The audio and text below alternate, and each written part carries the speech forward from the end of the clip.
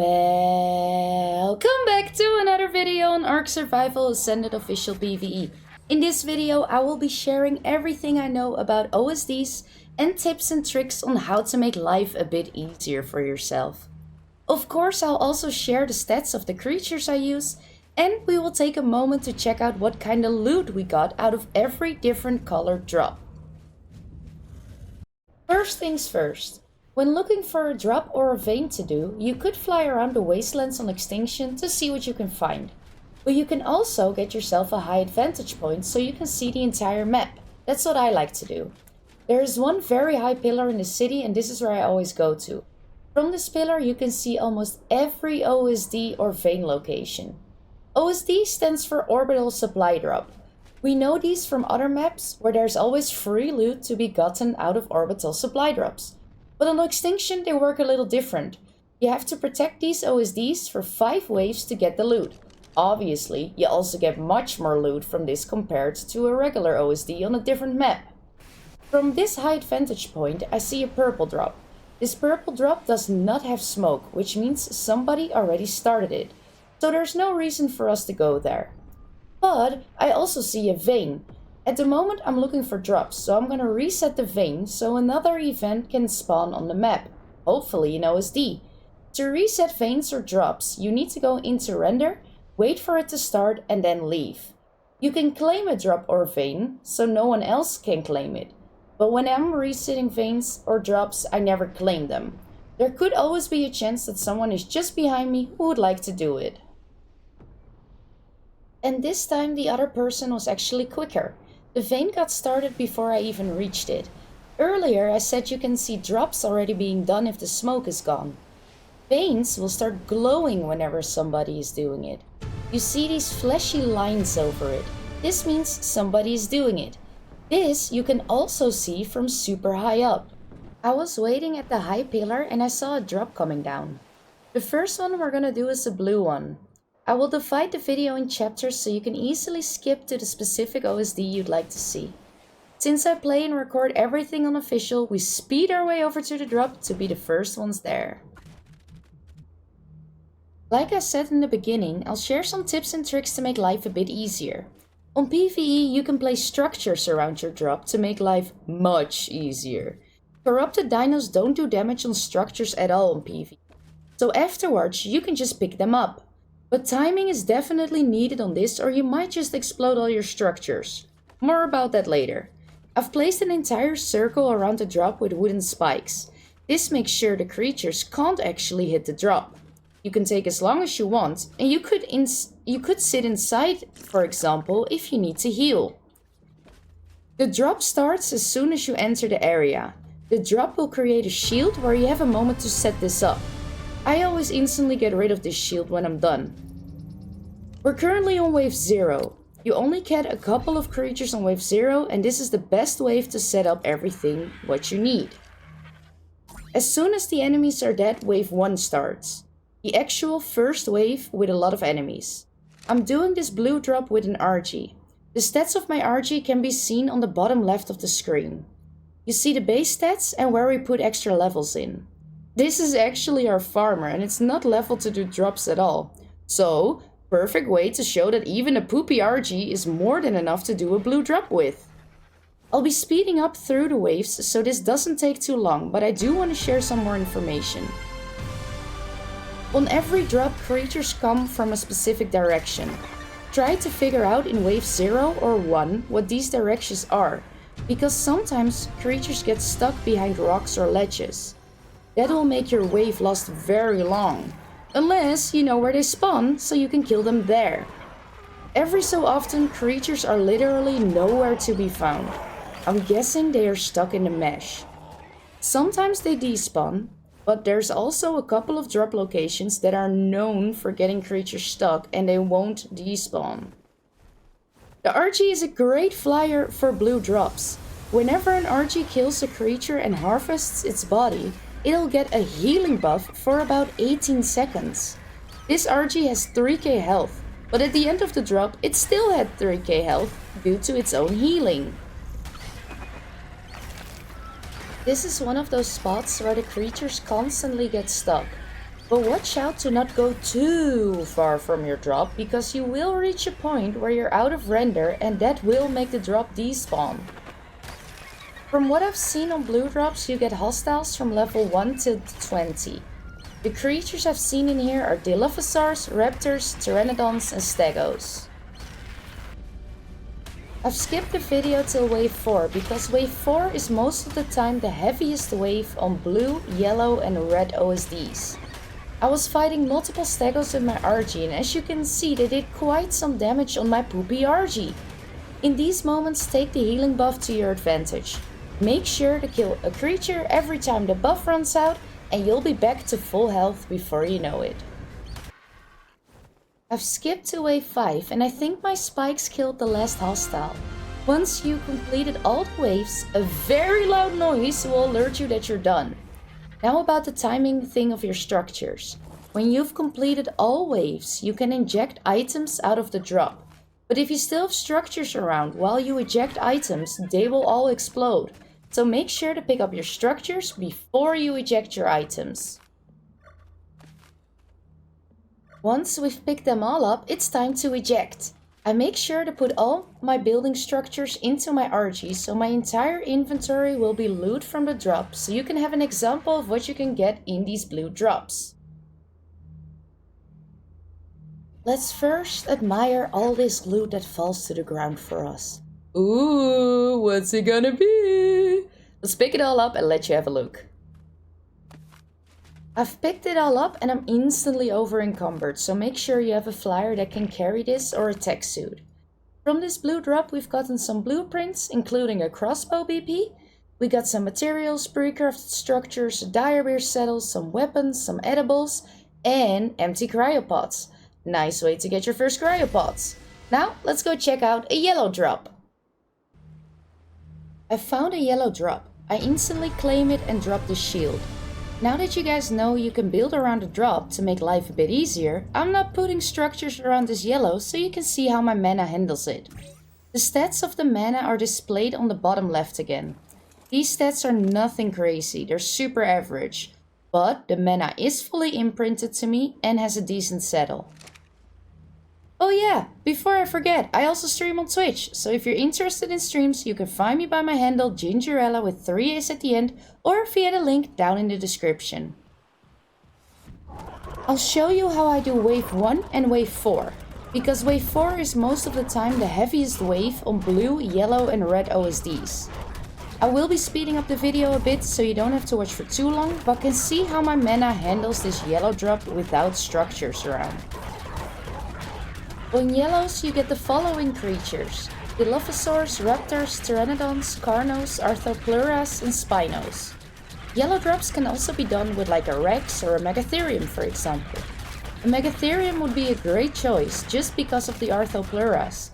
The Megatherium will obtain the bug buff from killing these, and that makes the Megatherium very strong. Alright, let's skip to wave 4, the heaviest one, and see how my mana does. Whenever I need to wait for a hostile to despawn, I use that time to fully regain my stamina and to force feed a little bit to get my health back up a little. If you use structures on your drop, like we did on the blue one, or like we're gonna do on the purple one, you can even toss out an owl to heal up your creature in between waves if it's necessary. I use the ice beam of my mana a lot. This makes me stay away from incoming damage while I'm killing hostiles. The good thing about this is that it also freezes creatures, making them stand still and they can't do any damage on the drop. Talking about damage on the drop can handle quite a bit. I always track the drop so I can keep an eye on its health. But don't be too scared with it, the drops can definitely handle a bit. You can see loads of creatures around it and the health is only dropping slowly. Well, the mana was also able to handle wave 4, so let's skip to the end of wave 5. And there we go! Wave 5 completed. The drop is half health, but this does not matter for your loot. I drop everything I have in my mana so you can see the full loot we got out of the drop. Again, we are severely over encumbered, so make sure you have a way out with all your precious loot. Now let's see what we got. We got some blueprints that include flak, nice. We got some materials, weapon traits, building structures, stone this time, some pre-made gear and weapons, some edibles, and more empty cryopods. Now let's continue to the red drop. I found a red drop, so I speedy made my way over, tossed out my Giga, claimed the drop and dropped the shield. Luckily we speeded over so fast because someone else just arrived after me. For this drop we are also not putting down any structures. I mean, is it not fun to see a Giga almost die? But this way you kind of get an idea on how much the difficulty increases per drop.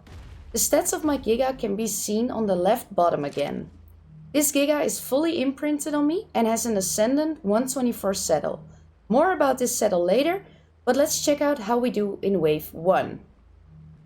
On red drops, the creatures' levels range from around level 200 to level 300. The creatures you will encounter are Pteranodons, Wyverns, Trikes and Rage Trikes, Stegos, Spinos and Paracers. A lot of these creatures drop you stuff when you kill them.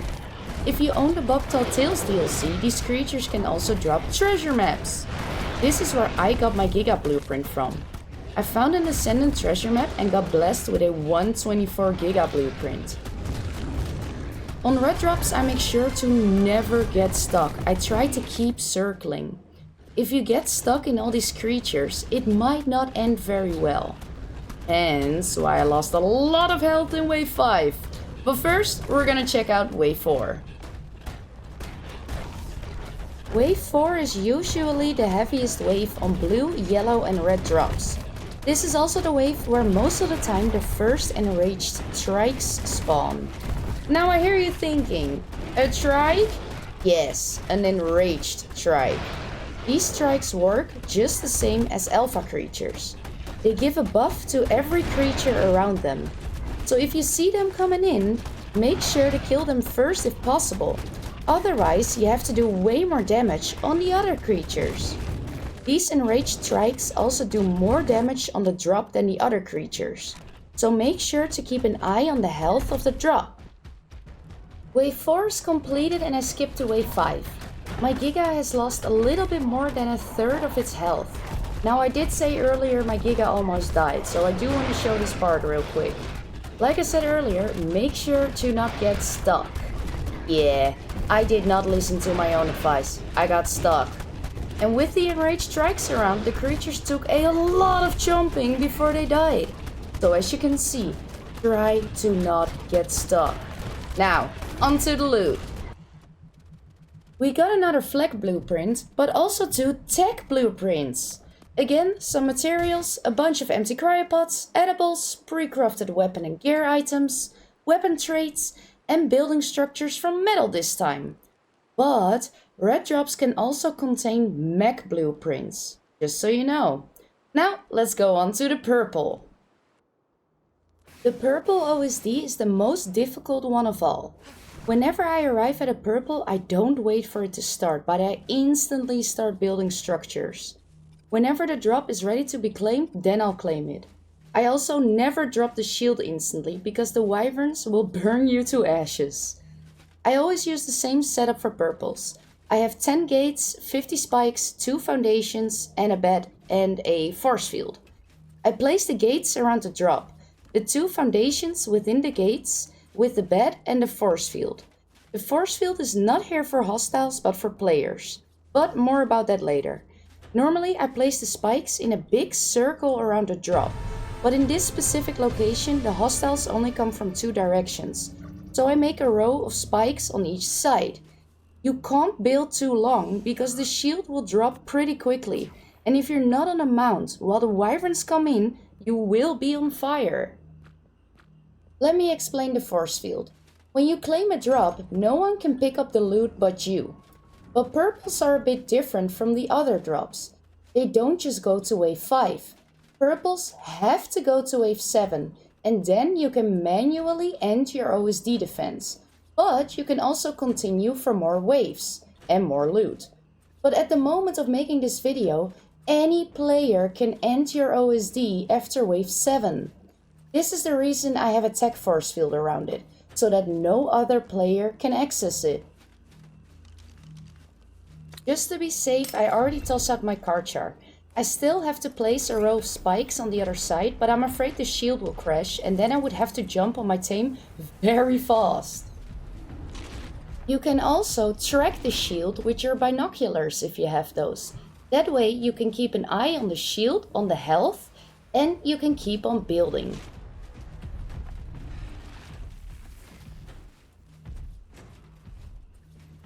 I got most of it placed, so I hop on my Karchar to get ready for when the shield breaks and to get rid of most creatures in wave 0.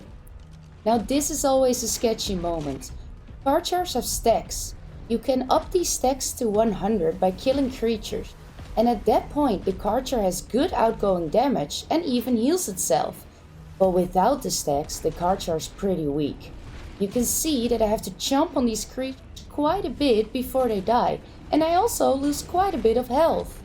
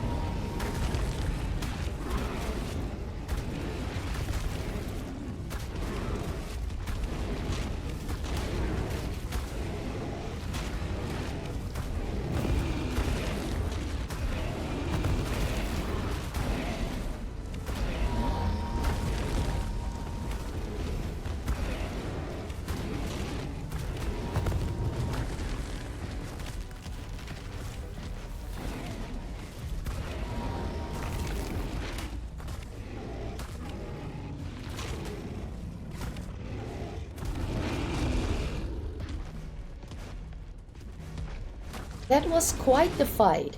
Now it's time to perfect our build. Whenever I have spikes left, I make a second row of spikes where most creatures will come from. I'll explain why I use spikes.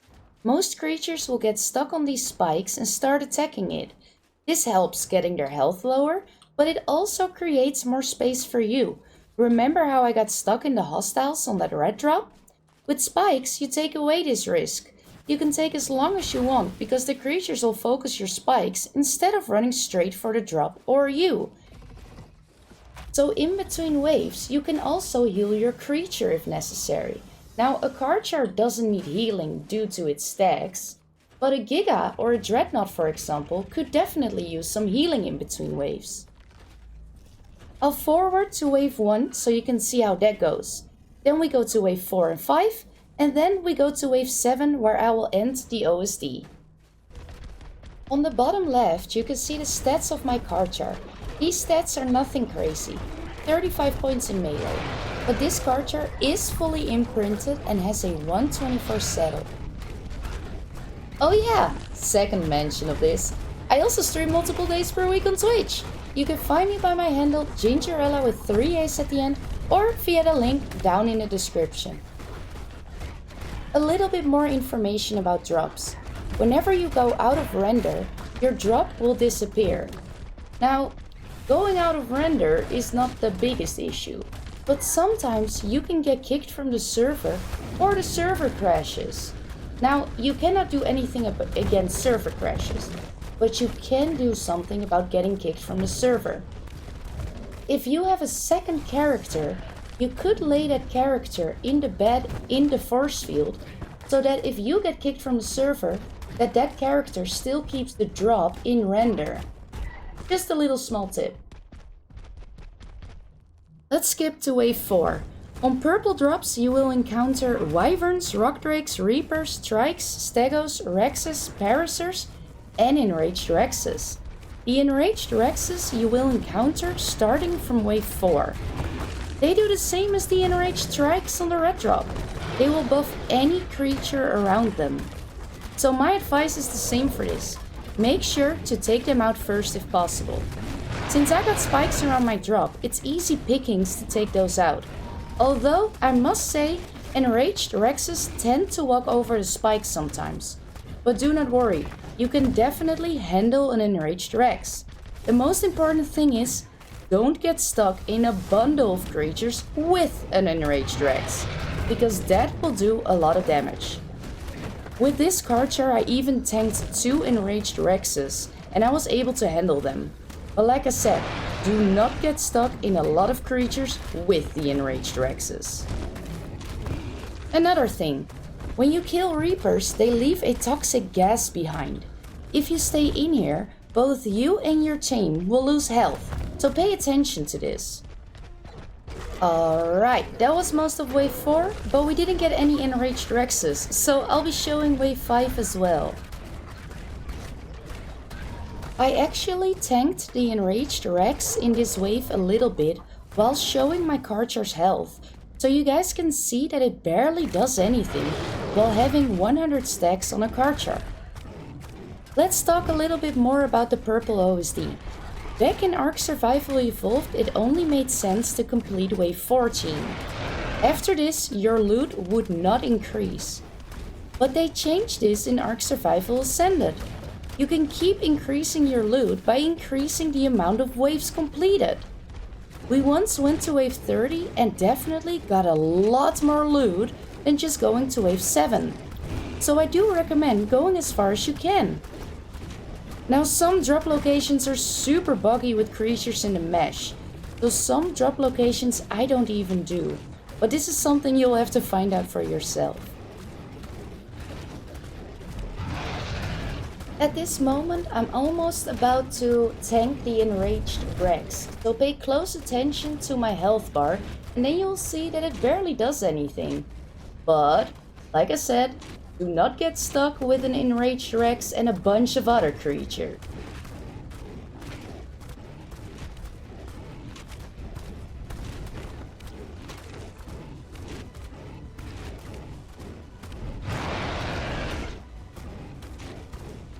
We've almost completed wave 5, so let's go to the end of wave 7. Because when you're doing a purple, wave 7 is the earliest wave where you can end your OSD defense. We are on wave 7 and this is where I'll be ending. I make sure to kill most of the enemies in wave 7 because I have to pick up all my structures before I eject the items out of the drop. I've said this at the blue drop, but I'll say it again. When you eject items out of a drop, all the structures around it will explode. You can already end the OSD and then pick up your structures, but do not eject items before you've picked up your structures. I'll speed up the process of me picking everything up, but picking everything up is important. If I were to leave some structures here, because the explosion radius does stop somewhere, that would mean another player would not be able to put structures here due to me leaving structures behind. So it's very important that you pick everything up. I dropped everything in my card chart that I had on me so that we can take a good look on what we actually got from the purple drop. Now it's finally time to eject our precious loot. Let's take a moment on how beautifully it all gets spewed out. Isn't it beautiful how everything just lays there for us? It's like Christmas morning. What a beautiful sight. Absolutely stunning. Now let's go pick it up. Oh no. Oh no. No. I heard something spawn. Noise. A corrupted Giga spawned while I was busy. Let's munch that, pick up the loot, and let's go check it out.